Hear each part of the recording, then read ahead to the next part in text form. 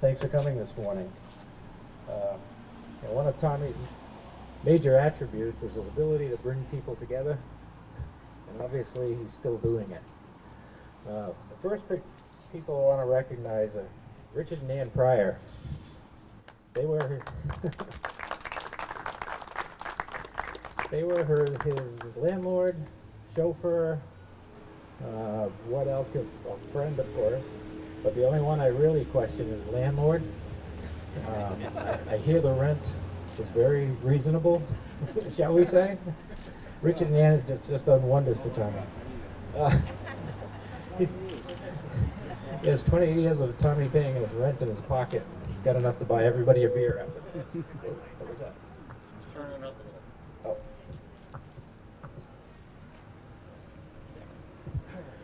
Okay. Hold it back here. Scott GHELFI. Where's Scott? You probably know Scott. Oh, maybe from the Falmouth Road Race, or maybe you had a piece of fudge from GHELFI's down the street. But Scott has known Tommy since high school, at least.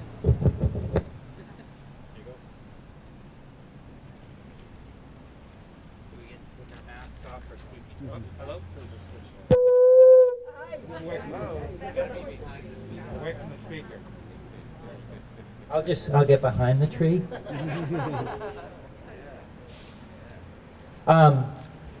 Yes, I've known Tommy since high school. That's when we first met. I was just a track and cross country kid, and the road race was the biggest event of my year. And that first time I met Tommy, he was like Bobby Orr or Larry Bird to me. And I remember him really taking the time that first time we met to learn about me and hear about all my running exploits. And then fast forward to the next year, I remember bumping into him again, him remembering my name, congratulating me for the races I run, remembered times, remembered places. It was uncanny. I mean, I was probably, holy cow, wow. I think he stole that from me back then. Maybe. But over the years, I would generally just see Tommy road race week. A few times I'd go visit him at the Elliott. And it wasn't until I got involved with the road race that I really got to spend a lot of time with Tommy. And I used to go sit with him and run a lot of road race decisions by him. He'd be a good sounding board, and always wanted to know how he felt about things and tried to keep him involved.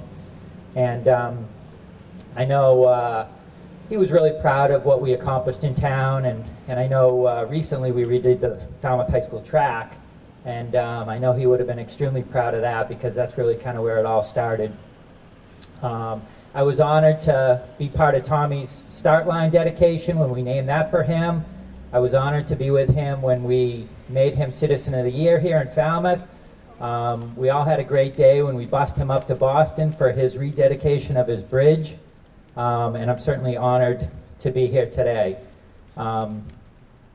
So at some point over the years, Tommy stopped being that sports icon to me and just became a really good friend. And I would go sit with him like he was my favorite uncle or my granddad, and he would tell me all about Bobby and Dave Jarvis and what they did for him and the Pryors, and I really got to know Tommy. And he always wanted to know about my kids and everything that they were doing. And over his last few months, when I would visit him in the hospital and at JML, he always wanted to know about the budding relationship between my daughter and our 2018 champ, Ben Flanagan, who met road race weekend and started dating.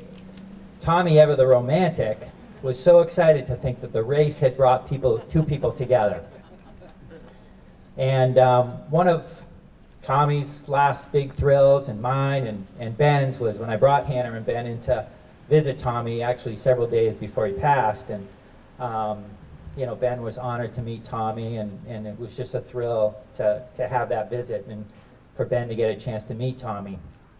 Tommy would be extremely happy to know that 2 years plus later they're still dating and living together. So if Tommy has anything to do with it, I think it could go on for a while. But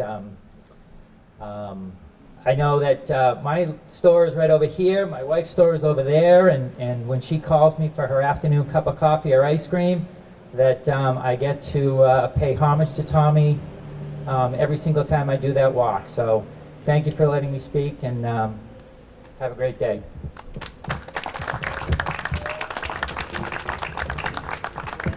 Don't you hate this part? Okay, another good friend of Tommy was Colonel Doyle, and I'd like to call Kevin up here for.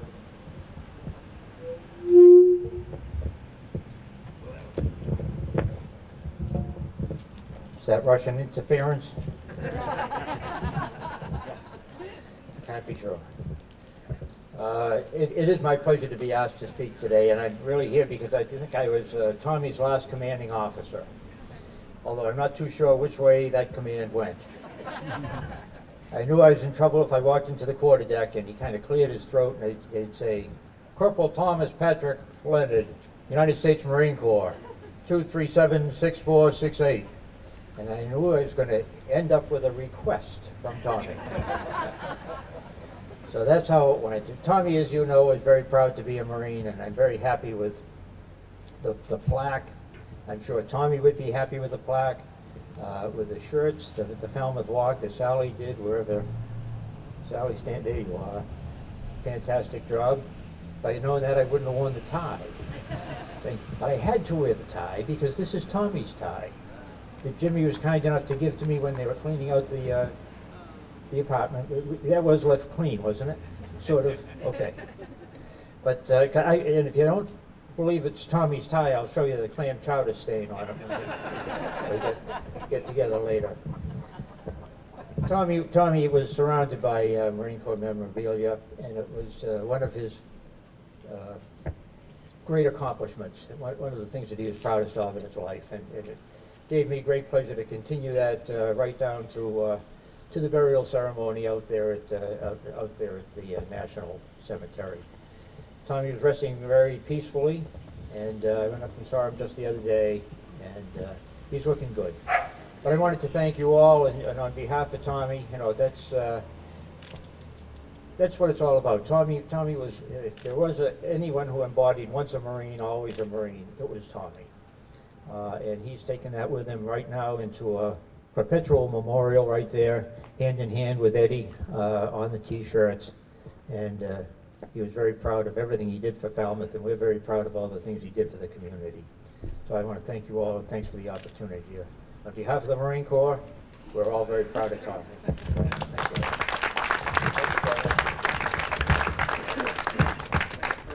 you. Okay, this next gentleman has been one of Tommy's closest friends. As a matter of fact, he almost morphs into Tommy sometimes. They have the same barber, I know. So I asked Billy HARBILIS to come up and just tell one Tommy story. Come on up, Bill.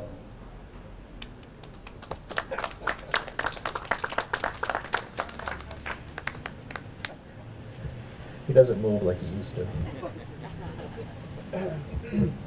Hi everyone. Hi Tommy. For 40 years Tommy stayed at our house. He was family to us. And before I married Sally and built the house that we live in now, I had a little house on Charles Hill Road in Hoyle. And I worked nights, and so I would always get Tommy some hot dogs and hamburgers to make sure that he had something to eat. And I would go off to work, and I'd come home, and I'd look at the kitchen curtains, and I thought, oh, thank God he put the fire out. And then I would pick up the frying pan that he used, and I would go, I didn't know you could burn a hole in one of these. And so when we built our new house, I said to Sally, you know what? No more cooking for Tommy. I said, we're going to get ham and cheese and ham and pickle, and so he can't burn our brand new house down. So I go to work, I get ready to go to work, and I'd say, Tommy, are you good? Do you have everything you need? Billy, I got sweet cakes. I got Sam Adams in the refrigerator. I got Frank Sinatra on him. Boy, I couldn't be any better than I am right now. I love you like crazy. So off I go to work, and I come home, and my house is pitch black. There's no lights on the inside. There's no lights on the outside. Damn it. You couldn't have left one light on. So we had 2 little black and white dogs like that. And Tommy loved our dogs. And God knows they love Tommy because dogs know kindness. And there was no more kindness than in that human being. And I'm fumbling with the key to try to get in the house. And I can hear him on the other side of the door. I can, hold on. And I fumble with the key. And I finally open the door. Hold on. Oh no, I thought they were bleeding. I throw the lights on, and both their black and white heads are covered with mustard. Because of course, while Tommy was making the sandwiches, he was patting them on the head. I could tell you stories about Tommy from now till next August, but Russ asked me to tell that one because in what he said earlier is true, and Karen Ronaldo gave me a picture. We met right there, and I said to Jimmy McDonald, I said, you know, the day before the funeral, we were all very, very upset, and I said, you know, the wonderful thing about the painting that is hanging on the left-hand side of the QD, I said it looks so much like him. It's amazing. And they said, well, that's Karen who just sat down. She's the one who did the painting. Jimmy said, she's the one. I said, is she nice? Is she approachable? Can I go say hello? And he goes, of course you can. So, excuse me, I went over and I said, hi Karen, I just want to thank you for that painting of Tommy. It looks so much like him. And she said, did you know Tommy for long? I said, I've known Tommy for so long, I've morphed into him. And that's how we met. And all of you, and I said at the end of that little first meeting with them, do you know what just happened? I said, Tommy just worked his magic again. He just made 3 people friends again, new friends. And so, Tommy, I miss you every day of my life. I love you, buddy.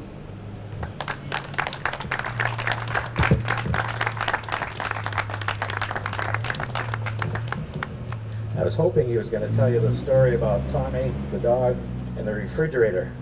But that's for a later date. Eddie Doyle has probably known Tommy since the last ice age. I think between Falmouth and when they were both bartenders up in Boston, one at the Elliott and one at the Bull and Finch / Cheers. I think they've raised more money for different charities than any 2 bartenders in the galaxy. Eddie Doyle, come on up.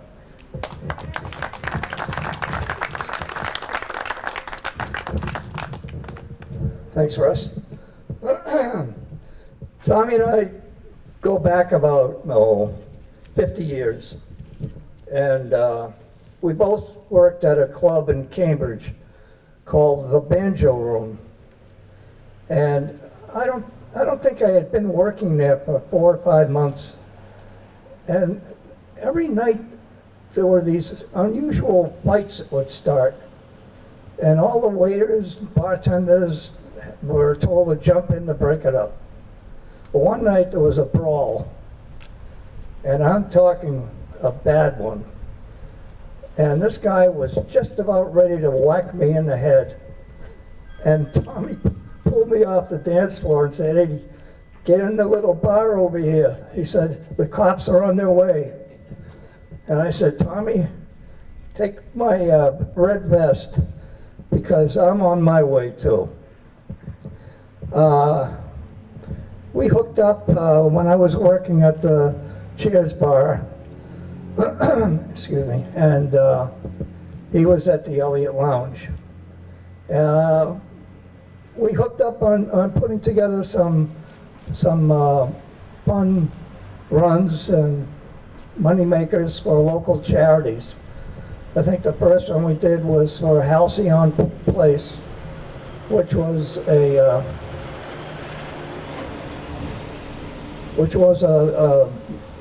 place where the children could stay who were being treated at the burn center at Mass General. And we did 2 or 3 for them, and then we went over doing the work for the Jimmy Fund. And I'll tell you, people would show up just a phone call, or we got Joe Fitzgerald and can't think of the other fellow's name from the Globe, Will McDonough. And they put a little article in the paper. Next thing you know, a couple hundred people show up. I said, how did they find out about it? And it was just a little blurb in the newspaper. But we raised some decent money, and we raised some money to buy video machines for the kids who were inside the bowl, being treated, you know, through a bowl. That was it. Down here in Falmouth, we came up with the idea for the Falmouth Walk right over there, in that little bar called the Quarter Deck Restaurant, sorry. And we sat there one night, Margie was behind the bar. He was coming up with different things, and I would write it down on a bar napkin. And I went back to the house and got up the next morning. I said, what the hell are all these bar napkins in my pocket? And they were all notes from our meeting. Well, we raised and still raise some very, very decent money for 13 local charities. And I'm very, very happy about that. And I know Tommy loved the Falmouth Walk. We used to go over and sit underneath the big trees at St. Barnabas, eating cups of Smitty's ice cream and drinking lemonade. But God, I miss the guy incredibly. But I thank you all for coming down here today. It's very special. And people will remember Tommy. He's all over Falmouth. Thank you very much.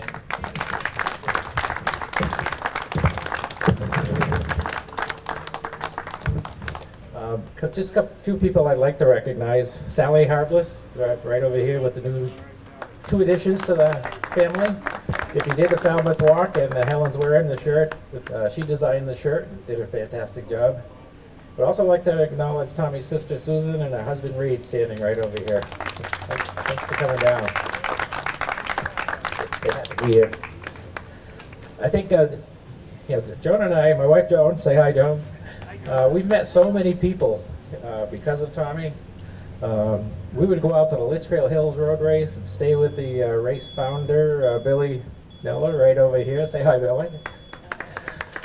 Of course, Tommy was instrumental in getting that road race started as well. And in Litchfield, he was treated like a king.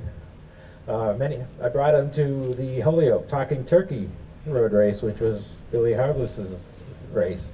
And of course, he was treated like a king there as well.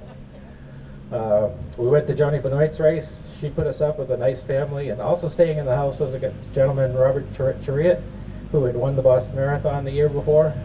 And Tommy being Tommy, by the end of the dinner, he knew everything about Robert. He knew his family, his village, what did he do with the $80,000 that he won at the marathon. He just knew everything.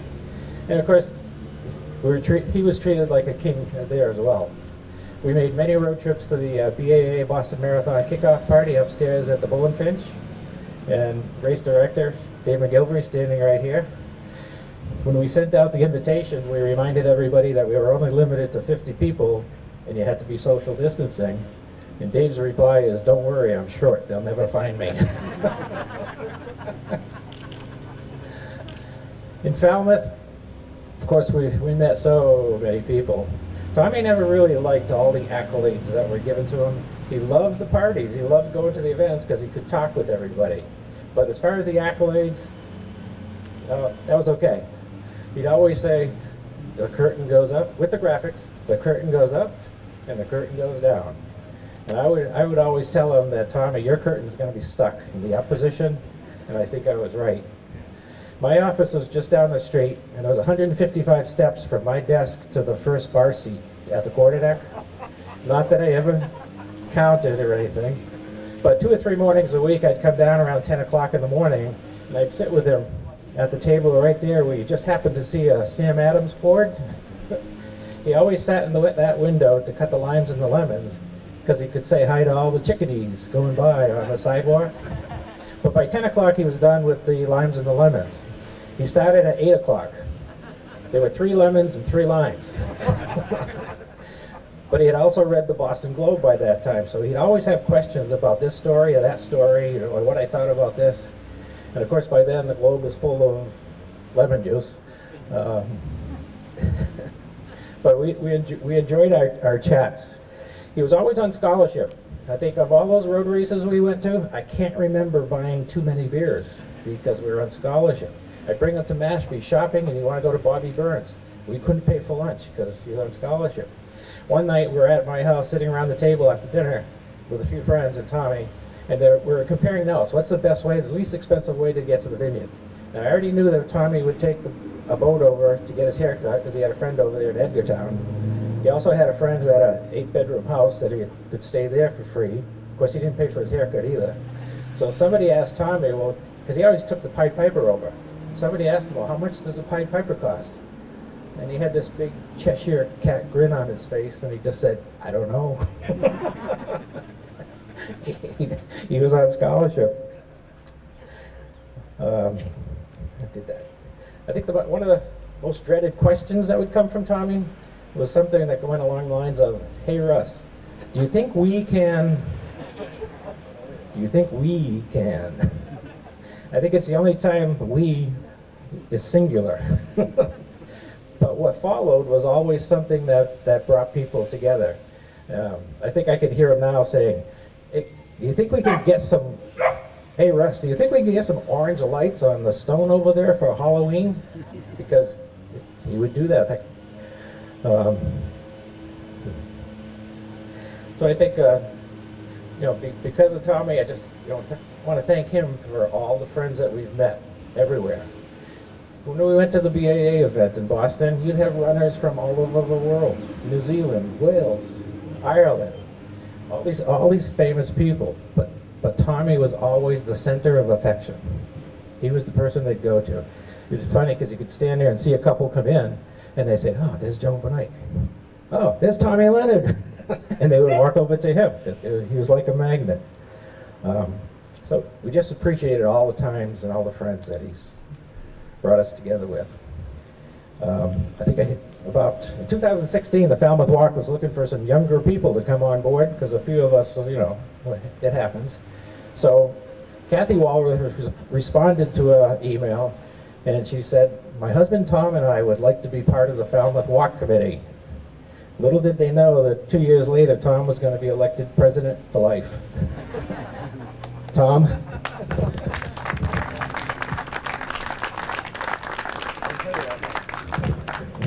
Thanks, Russ. First of all, thanks to everybody coming out today and being part of this tribute to Tommy. It's a labor of love for myself, Russ, and Eddie Doyle, and hatching this idea, about a year and a half ago. And it started with Eddie thinking, well, wouldn't it be great if we could just name the street after Tommy Leonard? I'm like, Main Street? He's like, yeah. I go, I don't think that's going to happen. So we started over here, and we looked for a place to possibly put some type of marker, right, a wonderful stone. Anyway, it turned out that we were able to find a wonderful stone that was put in this week. And a lot of thanks to the town for their help and guidance in getting this done. From Vice Chair of the Select Board, Doug Brown, Town Manager Julian Suso helped quite a bit, Peter McConnery, Director of DPW, and certainly Chief Ed Dunn, who's here today helping us keep the order and keeping everybody safe. And as Russ said, my time with Tommy to get him to know him closer was through the Falmouth Walk. And to everybody's point, he always asks a lot of questions. So of course, where am I from? Chicago's my background, but I had Chicago, right, my roots, and I also had roots in Falmouth my entire life. And then we started talking about sports, and as you can see with the hat that's on top of the stone, it's a St. Louis Cardinal hat, and I'm a Cubs fan. So I can honestly say he's probably the only friend that I have that's a Cardinals fan. But we got along, so that was good. Really, you know, for me to keep it sweet and short with Tommy is that, you know, I look back and the item that I can say and bring up all the time in my own mind is I'm a better man for having known Tommy Leonard. So that's what I have to say about that.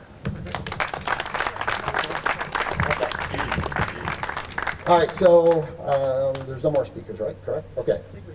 Okay, good deal. Well, again, I wanted to thank everybody who's here today. This wouldn't have been possible without people helping us, supportive, morally, financially, you name it. Again, we greatly appreciate it. I would like to say one last thanks to Grafton Briggs from Baker Monument. Sorry, yes. Grafton and his crew converted this area starting on Tuesday to what you see today. And Grafton, I don't think there's any nip bottles right now, right? Good, okay. So, yeah, it's really wonderful. So, what's that? Yes, okay. And so one generosity, so Bobby Jarvis in the quarterdeck has invited everybody with the button, right, people in the know, to behind the QD for refreshment when we're done here. And we thank them for that and their generosity. And I'm going to turn it back over to Russ. Thank you all. You know, when Tommy put this little road race together, he really put Falmouth on the map, on the world map for runners. This was the destination. And when he ever put Bill Rogers and Frank Schroeder on the course, that just mushroomed with the running industry and the running boom that we know of today. And we're lucky to have Frank here today, Frank Schroeder. Thank you everybody for coming. We really appreciate you being here. Don't worry about rushing to the stone to get a selfie. It's going to be here an hour from now, and it'll probably be here tomorrow, and it's going to be here for a long time. But make sure to tell your friends about it. Thanks everyone, and we'll see you across the street.